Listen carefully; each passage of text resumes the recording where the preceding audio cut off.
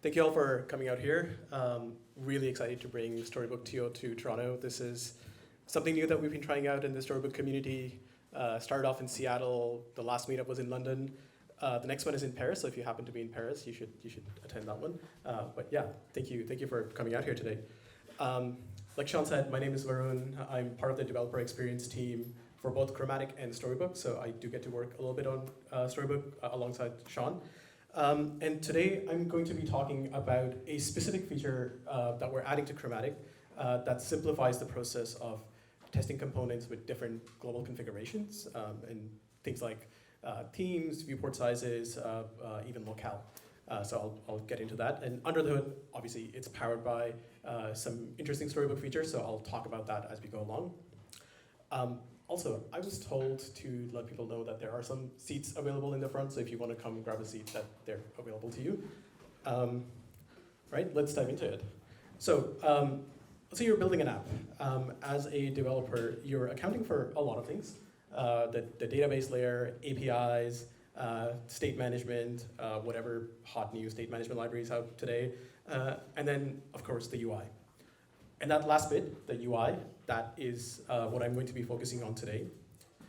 And when you're building UI, the sort of the first challenge that you have is, how do you know that it works? When you write some CSS, you load it up in the browser, how can you be sure that it looks and behaves the way you want to? Because the thing is, even if you just focus on the happy paths, every single UI component ends up with a lot of different variations. That's based on the props that can go into the component or the application state, or if you're fetching data from an API, often you will have loading states and error states. And I'll share a really quick example of this. This is a little food delivery application, kind of an Uber Eats clone built by a friend of mine, Jan, who's also a Storybook core contributor. So in this particular application, this little restaurant cart where you go and click the restaurant to order some food has different variations based on different application states. So the default state when a restaurant is newly added to the system, if it's closed for the day, or when it's loading up, when the page is loading up some data. And as a developer, when you're working on this component, you have to somehow go and figure out how this component looks and behaves. And that's where Storybook comes in. Stephanie talked about all the different awesome things you can do with Storybook earlier, so I won't spend too much time talking about it. But the crux of it is, with Storybook, you can isolate a component, so detach it from the application, and just render the component on its own. And then once you detach a component, you can mimic all the different states by passing in the props. You can simulate API responses and any other sort of dependency that the component might have. And each of those variations of the component, that's stored as the story in the story file. So you write all the different stories for that component. So in this case, I have 4 different stories. I will move this sharing thing away. So default, new, closed, and the loading state. And the idea is, when you're working on that component, you go and modify a little bit of code, jump into Storybook, and then you can just go through each of these stories to make sure that, one, the component looks the way you want it to, and then secondly, if there's any underlying behavior, like you click a button and something happens, you can verify that that's working as expected. Cool. That's crux of why most people use Storybook and why they love using Storybook. But the challenge is, you've built a component, you're ready to ship it, or you're working on something else. How can you still be sure that it continues to work, or all the hundreds of components in your application still continue to work the way you want to? Especially with just like the visual aspect of it, it's really, really easy to introduce a little bit of CSS that breaks a layout on a different page that you did not expect to. So how do you catch that? Well, that's where you rely on a little bit of automation. And in particular, I will be focusing on the sort of how Chromatic fits into that flow. And I'll share a really simple example that I work on. This is the Storybook website. Has hundreds of pages that span everything from just sort of the landing homepage to documentation, tutorial. There's a blog. We have couple of different catalogs. There's an integration catalog for all the different Storybook add-ons and a component encyclopedia with all of the public storybooks that you can browse and compare. Under the hood, this is made out of 245 components and 711 stories. Not quite the 5,000 that Simple uses, but still a decent amount. So anytime I'm working on a component and even slightly modify it, there's a chance that I might have broken something else. But it is unrealistic for me to go through every single one of those 700 plus stories to make sure that they look the way they're supposed to or the way they did previously. And that's where the automation part comes in.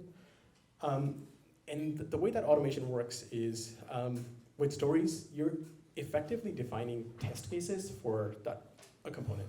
So when you're writing a story, you're effectively writing all the different ways that a component can render and all the different ways it can be used within an application.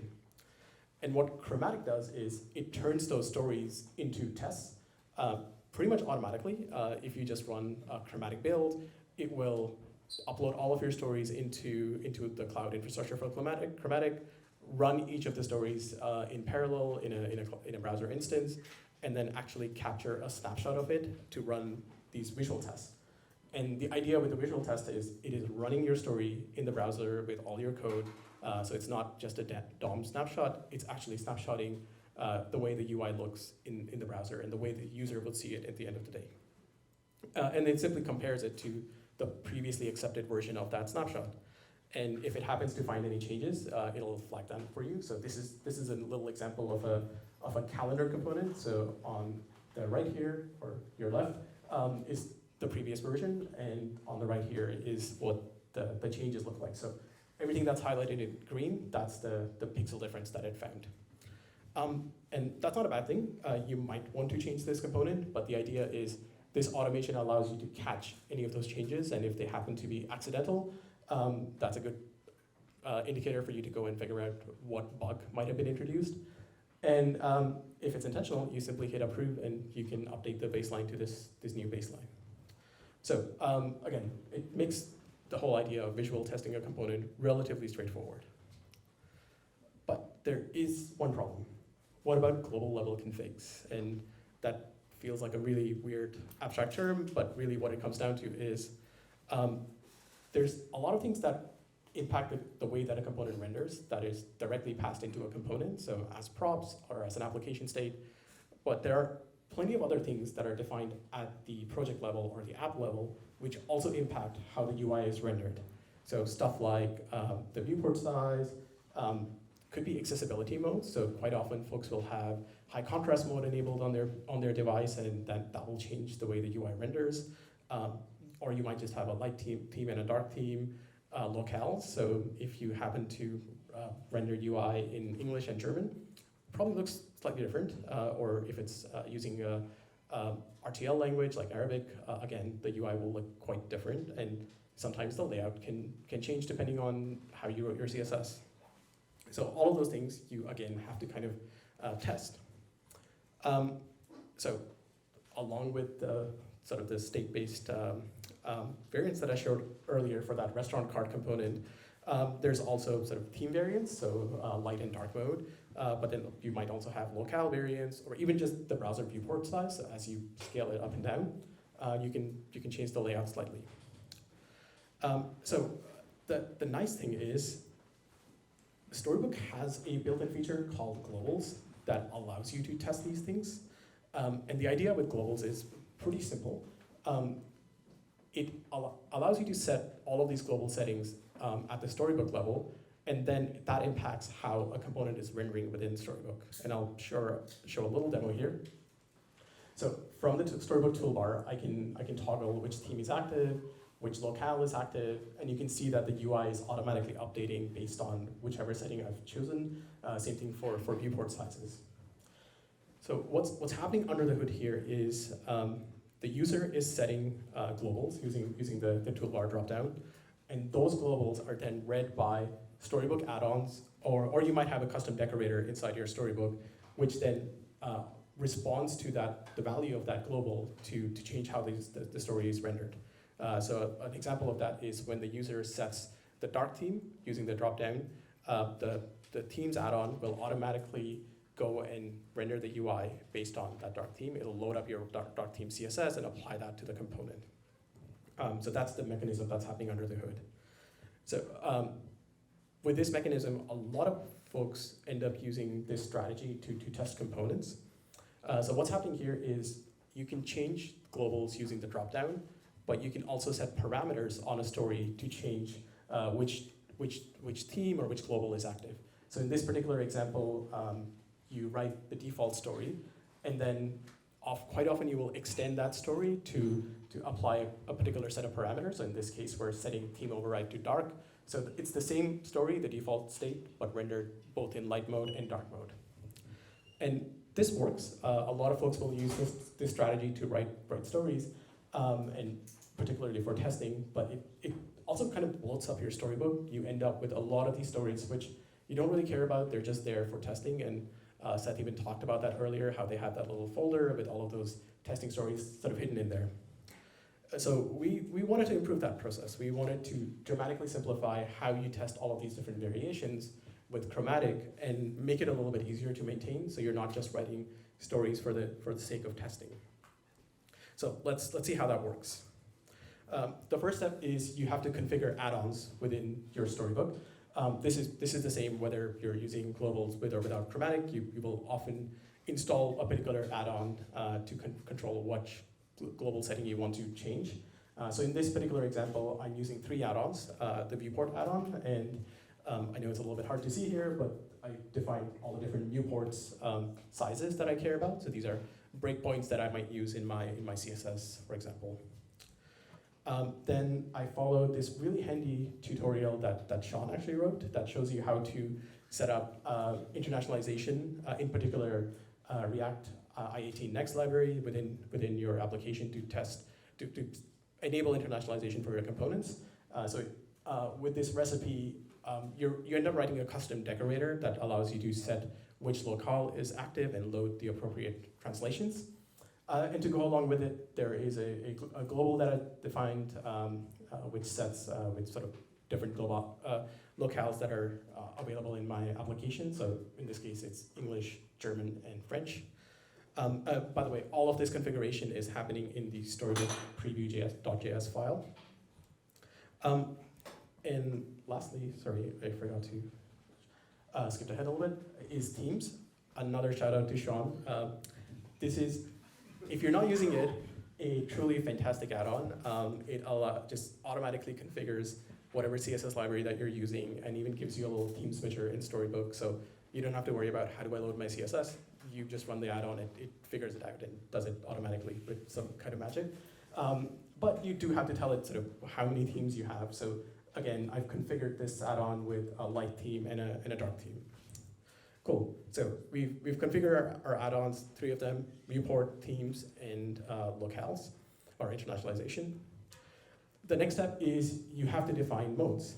A mode is essentially just a combination of different global values that you want to apply to a particular story. And these modes live in .storybook/modes.ts file. Technically they can live anywhere, but that's a pretty good place to put them. And the simplest case for a mode is you just apply one global. So in this case, I have dark and light modes where I'm simply setting the theme to either dark or light. But the cool thing about modes is they can be very complex. You can combine multiple globals into one sort of package as a mode. So in this case, en small is setting the locale to English, setting the viewport size to small, and enabling the light theme. So I'm testing 3 different sort of global configurations all at one go, which also sort of helps limit how many tests you're writing. You can combine a bunch of things into one particular mode. So you follow this strategy to write all the different modes in this modes.js TS file.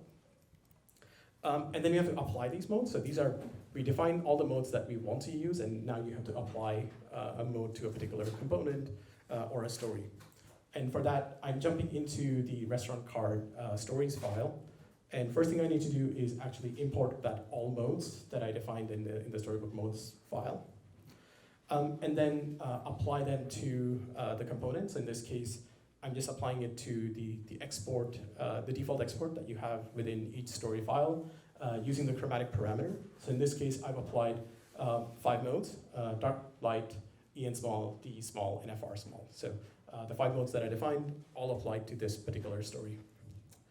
And what happens now is when I run a chromatic build, chromatic will automatically load up all of these modes and generate stories for you on the fly, so you don't even have to worry about writing those stories.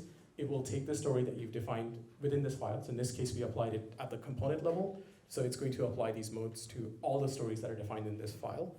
And on the right here, you can see under the new tab, there are 5 modes now.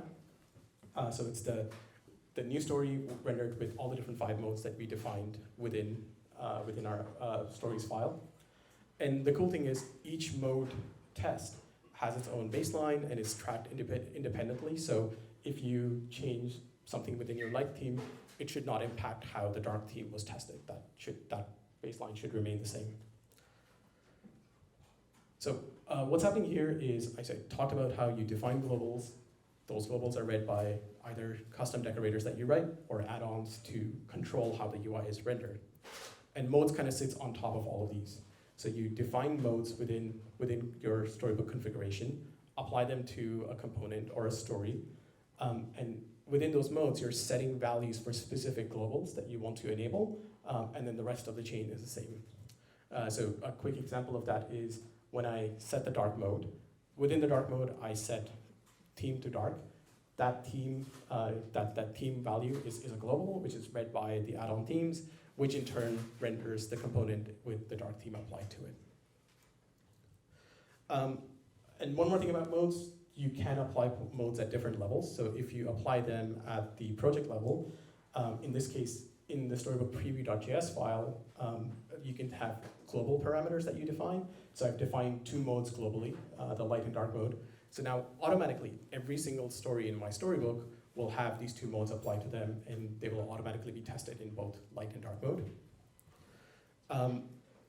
And you can also stack modes. And what that means is, if you define modes at the project level or a story level, the story level does not override the project level modes. It actually combines the 2. So on the left here is the project level mode. So I've defined light and dark mode. And on the right is a stories file where there are 2 stories defined. And for the first story, I'm applying a 3rd mode to that story. So what happens is that story that has a mode applied at the story level will have 3 tests, the 2 global defined tests and 1 defined at the story level. And the other story that's defined in this file, because it does not have any other modes applied to it, it will only be tested with the 2 globally defined modes. Yeah, that's kind of covers everything that I wanted to talk about modes. I know it can be a lot to take in, so I have a few resources for you here. The first URL just points to the Getting Started guide for modes. The second one is a sort of simplified modes demo, and if you want to use the restaurant card example that I set up here, the third example is that sort of more complex example. But hopefully they should give you a good idea of how to apply modes and start using them for your testing. Thank you very much.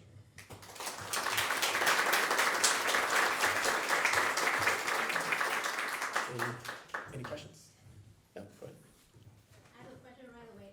So all those mode story, if I want to check them visually first to determine the baseline, is that inside a mode folder? So the question is, if I want to check all those modes visually inside Storybook, where do they live, right?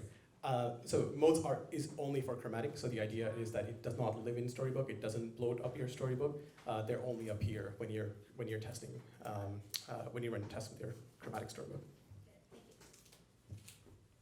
Any other questions? Yeah. How long until Storybook offers a Cartesian option that will just generate modes for every single combination?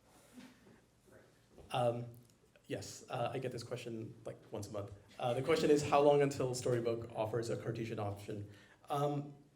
Hopefully soon. There are some challenges with dynamically generating stories. A big aspect of Storybook is to statically analyze whatever is in the story file. So if you're generating them dynamically on the fly, it does cause some issues under the hood. Modes is sort of the first step towards it. Hopefully that will extend into Storybook too, and you will be able to replicate that in Storybook.